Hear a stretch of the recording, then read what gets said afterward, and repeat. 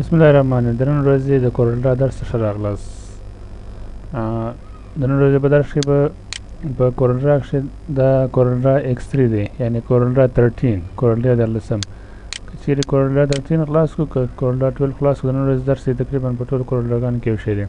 هغه دا د وینډو مینیو د نن ورځې تاسو ته غواړم چې دغه تاسو ته تشریح کړم تر یوه حده پورې، او په دې کې دوه درس دی چې هغه دپاره به زه جلا ویډیوګانې جوړ کړم. یو کلر پالټس دی، بل ډاکرز دی. ځکه چې دا ډاکرز دی دا ډېر غټ بخش دی او تقریبا حساب کتاب یې زیات دی. خیر خو دومره زیات هم نه دی، ځکه چې دا اکثره دلته کوم اپشنونه یا کوم اپشنونه چې موږ په دې وینډو کې لرو په دې ډاکرز کې، دغه ټوله موږ دلته د ټولز څخه هم استفاده کوو، لکه د ایکسټروډ دی، انویلوپ دی، دا لینز دی، دا شیان دی. او په عین حال کې د افیکټ منیو څخه هم موږ د دې څخه کار اخلو. په افیکټ منیو کښې موږ لرو کنټرول لرو، بلینډ لرو، انویلوپ لرو، ایکسټروډ لرو، لینز لرو. هغه ټول هلته په ډاکرز کې مشته. خو بیا به فرق وګورو چې فرق یې څه دی. په وینډو منیو کې اول د نیو وینډو، د نیو وینډو په واسطه باندې موږ کولی شو یو بل دغسې مکمله وینډو انسرټ کړو یا یې په لاس راوړو. لکه نیو وینډو چې تاسو کلیک کړئ، اوس دلته تاسو وګورئ ګرافیک 1 او وینډو چې د دوهمه وینډو ده، یعنې اوس فلحال موږ دوې وینډوګانې خلاص کړي دي. بل راسئ نیو وینډو چې کلیک کړئ، په ټایټل بار کې وګورئ ګرافیک 1 ولې وینډو 3. تاسو کولی شئ چې دې وینډوګانو د کتلو دپاره ته راسئ ګاسکټ کلیک کړئ. د ګاسکټ په کلیک کولو سره تاسو کولی شئ ټولې وینډوګانې ووینئ. څو وینډوګانې لري؟ دا 1 2 3. صحیح. راځو دلته په وینډوز کې بل آپشن دی لاندې لیکل دی ټایل هارزنټلي. هارزنټلي یعنې په هارزنټل په شکل باندې ما سره ټولې وینډوګانې ما ته راوښیي، یعنې په افقي عمودي. یو موږ هارزنټل لرو، بل ورټیکل لرو. یو موږ ته په افقي حالت راښیي، بل په عمودي سره. که ورټیکل وګورو، اوس بیا موږ خپل ټول درې سره وینډوګانې دا رقم وینو، که درې که څلور یا څو چې. د دې څخه بعد چې رالاست، راځو ارنج آیکن ته. ارنج آیکن څخه موږ څه وخت استفاده کولی شو او دا څه وخت فعاله کېږي. ارنج آیکن هغه وخت فعاله کېږي تاسو چې هر څو وینډوګانې اوپن کړئ ټولې مینیمایز کړئ. مثلا دا وینډو مینیمایز کړئ، دا وینډو هم مینیمایز کړئ. د ټولو وینډوګانو مینیمایز کولو څخه وروسته دغه وینډو کښې لږ څه تغیرات راولئ ځای کې، مثلا د کلیک په واسطه.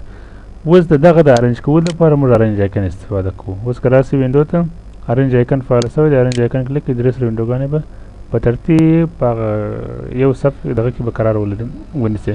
دې ته وایي ارنج آیکن. د دې څخه بعد موږ لرو کلرز پالټ اینډ ډاکرز پالټ. مې درته وویل چې هغه زه د دې لپاره یو ویډیو د کلرز پالټس دپاره او د ډاکرز دپاره بل ویډیو جوړ کړم انشاءالله، بیا کار کوم. د دې څخه وروسته ټولبار لرو. په ټولبار کښې تاسو چې هر ټولبار غواړئ چې آن آف یې کړئ، چې غواړئ استفاده ځینې وکړئ، هغه ټولبار ټیک مارک کړئ، چې نه غواړئ استفاده مه ځینې کوئ. هر ټولبار چې په کار هغه ټیک مارک کړئ او هلته لوړې ځای پر ځای کړئ. کلوز د بسته کولو لپاره، د یوې وینډو د بسته کولو لپاره موږ د کلوز څخه دا وینډو د ما خلاص کړې ده. زه راځم دلته وینډو ته چې کلوز ووهم، دغه یې وینډو کلوز ویږي. صحیح ده. او که راسم و کلوز آل ته، بیا به څه شي کېږي؟ ټولې وینډوګانې به بسته کېږي چې هر څو ما خلاص کړې وي. صحیح شو. که زه چېرې راسم بیا یو بل نوی ډراوینګ دغه واخلم،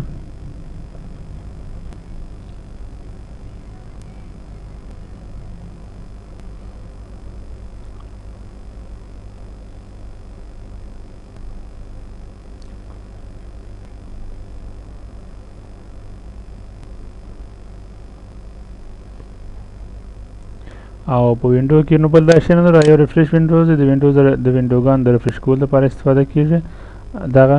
او بل اخري چې دی ګرافیک 3، ګرافیک 1، ګرافیک وینډو 2. دا چې مثلا هر څو وینډوګانې شته انسرټ یې دلته به د هغو لیست راځي.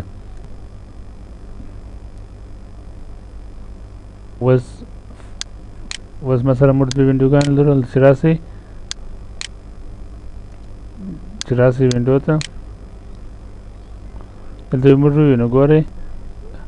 صحیح ده. ګرافیک 1 وینډو 1، ګرافیک 1 وینډو 2. اوس فعلا موږ په وینډو 2 کې قرار لرو. که وینډو 1 کلیک کړئ تاسو به ځئ هغه دوهم، یعنې هغه اولي وینډو ته به ځئ، هغه وینډو به تاسو ته درته خلاصېږي. نو دا د وینډو منیو کې څه ساده شیان مو په لنډ ډول تشریح کړل. هغه دوه درسو دپاره د ډاکرز دپاره او د کلر پلیټ دپاره به زه انشاءالله یو بل ویډیو تاسو ترتیب کوم. بیا هم تر بل درس په خدای سپارم. ستاسې د نیکو مشورو په هیلې باندې خدای په امان.